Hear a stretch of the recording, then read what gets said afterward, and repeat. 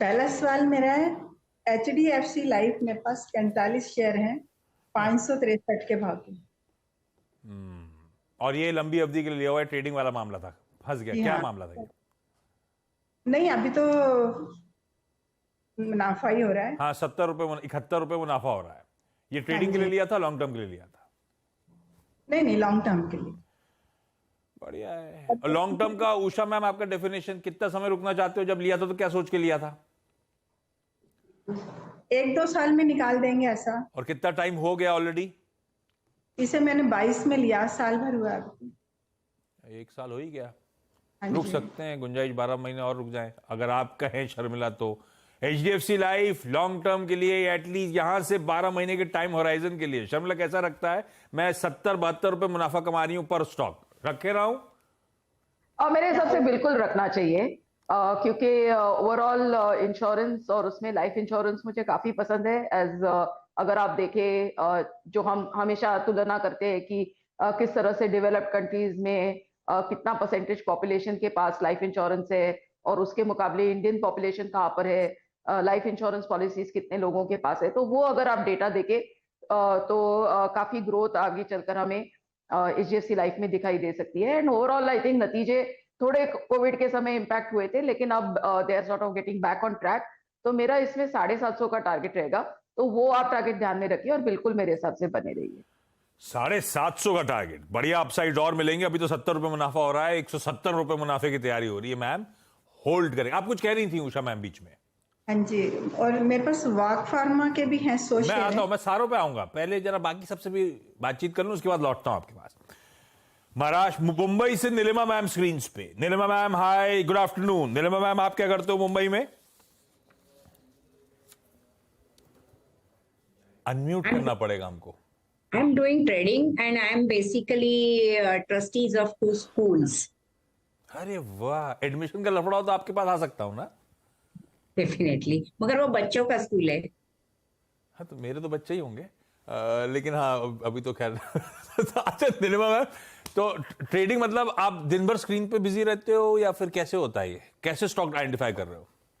Identify मैं personally technically क्या situation है एक दफा देख तो लेती हूँ, स्टडी तो करती हूँ, थोड़ा फंडामेंटली टेक्निकली देख के थोड़ा स्टडी करके, प्लस ऑफ कोर्स CNBC की हेल्प भी लेती हूँ, बागा सर की और आपकी बोथ मैं बहुत बड़ी फैन हूँ। सो 3-4 बार तो देख ही लेती हूँ सुबह में। गावा सर सुन रहे होंगे, वो जो बैठे होंगे अभी कुछ देर में। डॉक्टर साहब वो चाचा भतीजा निफ्टी वाला टीजर दिखा दो ना, गावा सर रेडी हो गए होंगे। 1 बजे इस शो के बाद सोशल मीडिया प्लेटफॉर्म पे चाचा भतीजा निफ्टी लेकर आऊंगा। नीलिमा मैम, लेकिन पहला सवाल कौन सा? ऐसा है कि आई हैव 100 शेयर्स ऑफ मजगाडॉक, मेरी एवरेज है 702 की। उसके ऊपर से 50 शेयर तो मैंने 1000 में बेच दिए थे, but now I don't know whether I should wait. वो 1875 के जोन में आगे पीछे हो रहा है, लालच बहुत बड़ी चीज है, so I am waiting it should touch 2000। वो हो नहीं रहा है। अब मैं फंडामेंटली तो स्ट्रांग लग रहा है, बट कितना वेट करूं, नहीं तो गड़बड़ हो जाएगी फिर। 1900 पे चल रहा है, 700 पे खरीदा था, 2000 का इंतजार कर रहे हो। ये 100 रुपए में कुछ खास है क्या? ऐसा नहीं कि फर्स्ट तो मैंने 1000 में थोड़े शेयर बेचे हुए, अभी 100 ही बचे हुए, तो ऑब्वियसली आई विल राइट करूं कि नहीं करूं, मतलब 100 शेयर रखे रहूं, ऐसा माने क्या? एक्विजिशन कॉस्ट बढ़िया है। हाँ। सेल आल्सो, मेरे को कोई घाई नहीं है बेचने की वैसी, but I don't want to take a chance also. अभी डिफेंस चल रहा था, सो दुनिया भर के डिफेंस के शेयर लेके बैठी हुई हूँ। सो मजगाडॉक अभी 100 ही पड़े हैं, तो रखूं कि अभी निकाल के री इन्वेस्ट करूं? क्या करना चाहिए? शर्मिला आपने सवाल सुन लिया, मैं करूं क्या? मेरा टारगेट 2000 का उसके आसपास खड़ा है और कोई रिक्वायरमेंट नहीं है पैसे की, कोई जल्दी भी नहीं। अगर आपको लगता है मजगाडॉक स्वीट स्पॉट में आज भी है तो मैं होल्ड ऑन भी कर लूंगी। है तो सिर्फ 100 स्टॉक्स, सिर्फ मतलब इनके हिसाब से मुझे तो अच्छे खासे 100 स्टॉक दिख रहे थे। तो आई थिंक दिक्कत यही रहती है PSU स्टॉक्स के साथ, और उनका कंसर्न मैं समझ सकती हूँ, क्योंकि इनका जो उनके पास जो ऑर्डर्स है उसमें उसका जेस्टेशन पीरियड बहुत लंबा चलता है, तो वो रेवेन्यूज में और प्रॉफिट में ट्रांसलेट होने के लिए समय लगता है। और अगर आज के तारीख में अगर आप स्टॉक देखें तो वैल्यूएशंस के ऊपर है, क्योंकि जैसे आप अभी जिक्र कर रही थी कि और जो बिल्कुल सही है कि सभी डिफेंस स्टॉक्स चल रहे हैं, तो जब सेक्टर चलता है तो फिर वैल्यूएशंस लोग इतने नहीं देखते। तो I have a very simple suggestion for you. मेरे हिसाब से अभी के लिए आप बने रहिए, there is no need to sell out early. लेकिन आप क्या कर सकते हैं, क्योंकि आपका 700 का बाइंग है, आप एक ध्यान में रखिए कि एक कुछ प्राइस फिक्स करिए। फॉर इंस्टेंस आपने 1500 का प्राइस फिक्स किया, तो वो आप दिमाग में रखिए, कभी 1500 आए तो बिना सोचे फिर बेच दीजिए, फिर ज्यादा इसमें पड़े नहीं कि क्या है, क्यों गया, कैसे गया।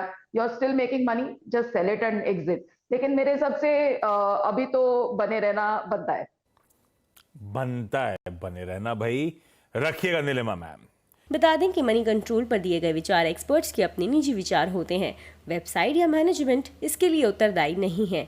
यूजर्स को मनी कंट्रोल की सलाह है कि कोई भी निवेश निर्णय लेने से पहले सर्टिफाइड एक्सपर्ट की सलाह लें।